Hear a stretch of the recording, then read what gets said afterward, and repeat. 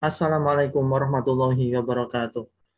Jumpa lagi dengan para calon mahasiswa Universitas 11 Maret UNS tahun 2021. Teman-teman sekalian, saya mencoba memberikan sebuah pemaparan tentang bagaimana cara menghitung peluang lolos di Mandiri UNS tahun 2021. Karena sebentar lagi tanggal 30 Juni insya Allah akan diumumkan hasil seleksi mandiri baik yang melalui tes tulis maupun yang melalui skor UTBK UNS tahun 2021. Nah, eh, mudah-mudahan video ini sangat membantu karena nanti teman-teman bisa melakukan persiapan kira-kira peluang lolos teman-teman terhadap pilihan UNS kemarin seberapa besar, dan dari sini teman-teman bisa langsung melakukan persiapan untuk melakukan peluang-peluang berikutnya semisal belum beruntung di jalur mandiri UNS tahun 2021. Baik, ada dua cara untuk menghitung peluang lolos di seleksi mandiri UNS. Yang pertama adalah berbasis data tahun 2020, yang kedua berbasis data tahun 2021. Saya akan menggunakan dua analisa ini, yaitu data tahun 2020 dan juga data tahun 2021. Yang pertama yang akan saya kupas adalah bagaimana mengetahui peluang lolos menggunakan data tahun 2020. Nah, berikut ini di layar ini adalah tampak data SNMPTN, SBMPTN, dan Mandiri UNS tahun 2020. Ini saya ambil langsung dari channel YouTube-nya UNS yang sudah dirilis, dan yang perlu diperhatikan oleh teman-teman itu perhatikan yang blok merahnya, yang bawah ini ya. Yang saya blok merah, yang bawah perhatikan ini kelihatan pada tahun lalu 2020 UNS itu SNMPTN itu yang berminat adalah 30.960, yang diterima hanya 1.720. Artinya dari total pendaftar itu hanya sebesar 5,56% saja yang diterima. Kemudian SBMPTN peminatnya 51.974, yang diterima hanya 3.427, sehingga persentase yang diterima 6,67%. Dan ini seleksi mandiri ya, tahun lalu 2020 UNS itu peminatnya 103.127, luar biasa ya. Yang diterima hanya 3.221 atau hanya sekitar 3,12% saja. Nah, ini data penting ini menjadi sebuah acuan bahwasanya begitu ketatnya persaingan di UNS walaupun jalur mandiri. Dari sini data yang mau saya ambil adalah tahun lalu total semua dari semua jalur ini total mahasiswa diterima itu 8.368. Saya nanti akan menggunakan jumlah ini menjadi basis data untuk tahun 2021. Jadi paling tidak tahun ini 2021 UNS itu bakal menerima 8.368 kalau sama dengan minimal sama dengan tahun lalu. Jadi mandiri tahun lalu itu hanya 3% saja yang diterima karena peminatnya 103.000. Bagaimana dengan tahun ini? Ya nanti ayo kita kupas bareng. Nah, ini adalah data persaingan ya, keketatan masing-masing prodi. Saya buka dulu yang kelompok Saintek ya. Jalur mandiri tahun 2020 UNS. Nomor satu paling ketat farmasi. Satu kursi diperebutkan 137 peminat atau pendaftar, luar biasa ya. Kemudian baru kedokteran, informatika, teknik industri, PWK, psikologi, ilmu dan teknologi pangan, arsitektur, kemudian statistika, dan yang terakhir nomor 10 adalah agribisnis. Artinya, walaupun ini tahun lalu, biasanya datanya tidak jauh beda dengan tahun sekarang ini.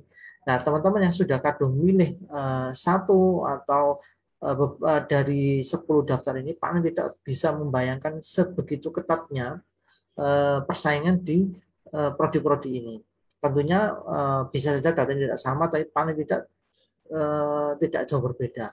Artinya teman-teman bisa siap-siap ya. Kalau ada pilihan teman kemarin itu salah satu dari 10 daftar ini, Saintek ya, maka teman-teman ya paling tidak harus punya plan seandainya nanti pas tanggal 30 pengumumannya teman-teman semisal ya belum beruntung diterima di jalur mandiri UNS. Yang berikutnya ini data ketat untuk kelompok sesum. Apa saja prodinya yang muncul? Yang paling ketat ini ilmu administrasi negara. Satu kursi diperebutkan 89 peserta. Kemudian ilmu komunikasi, HI, manajemen, sastra Inggris, desain interior, DKV, akuntansi, ekonomi pembangunan, dan terakhir sosiologi. Jadi kalau teman-teman kemarin yang kelompok sosumnya itu salah satunya dari pilihan teman-teman ada di prodi daftar ini, maka ya sebeginilah persaingan. Walaupun tidak bisa disamakan, paling tidak mendekati ya. Biasanya tiap tahun datanya itu kurvanya normal atau berbanding lurus dengan data tahun lalu. Nah ini teman-teman menjadi sebuah gambaran begitu ketatnya persaingan walaupun jalur mandiri di Universitas 11 Maret atau UNS. Nah, ini adalah basis data menggunakan tahun 2020.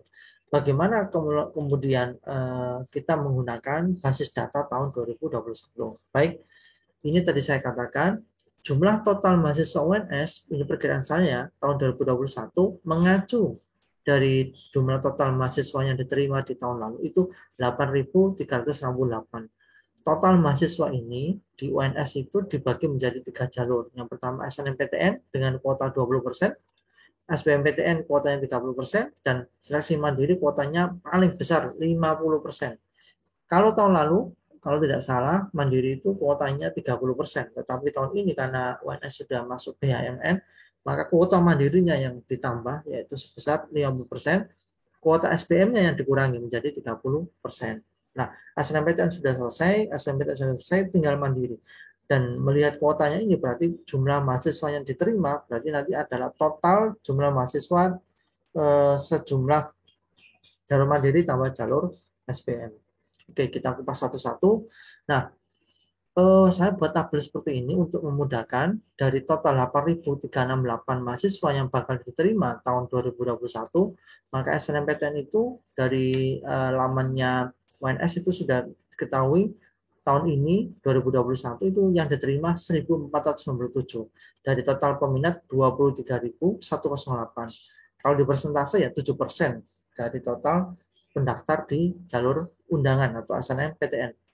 Kemudian SBMPTN kemarin yang diumumkan sekitar sebulan yang lalu ini yang diterima 2.727. Jadi yang 1.497 ini 20%, 2.727 ini 30%.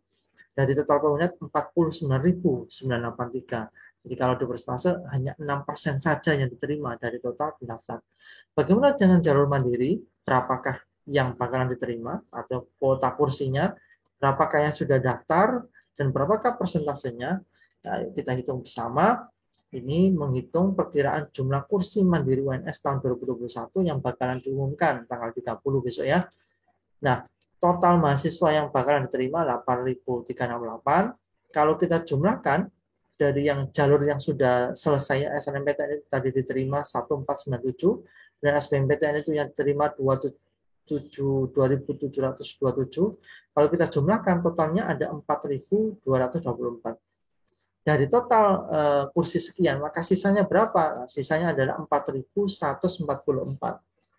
Nah, ini yang saya analisa seginilah atau sisa dari yang belum diterima di SNMPTN dan SBMPTN itu 4.144 adalah kursi yang disediakan untuk jalur mandiri tahun ini.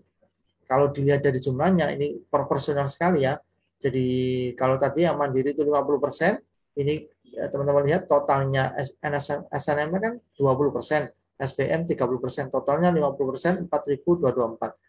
Maka ini juga berkorelasi ya. Jadi sama-sama berkapal 4, ini totalnya 50%, sisanya 50%. Jadi saya analisa tahun ini atau tanggal 30 nanti yang bakalan diumumkan itu sejumlah 4.144 yang diterima.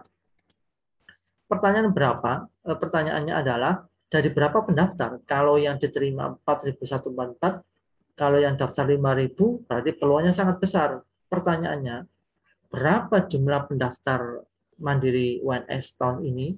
Kalau kita mengacu ke tahun 2020, jumlah pendaftarnya 103.127. Kalau benar tahun ini yang mendaftar mandiri juga sama sejumlah ini, maka hanya 4% saja yang bakal diterima.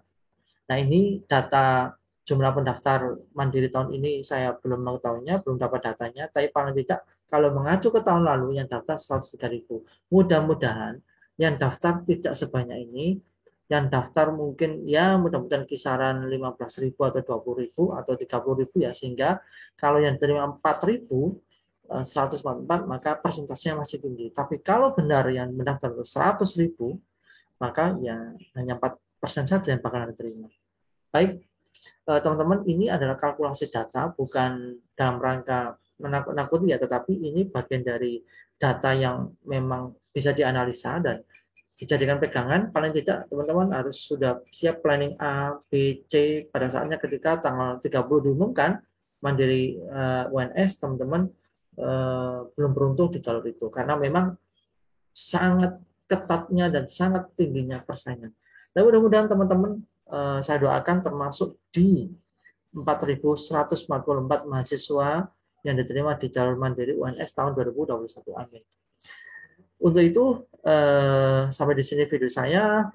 Di video berikutnya saya akan ungkap atau bahas tentang perlengkapan kuliah di UNS, sistem perkuliahan bagaimana, tugas-tugasnya supaya bisa mendapat IPK tinggi bagaimana. Untuk itu, ikuti video berikutnya.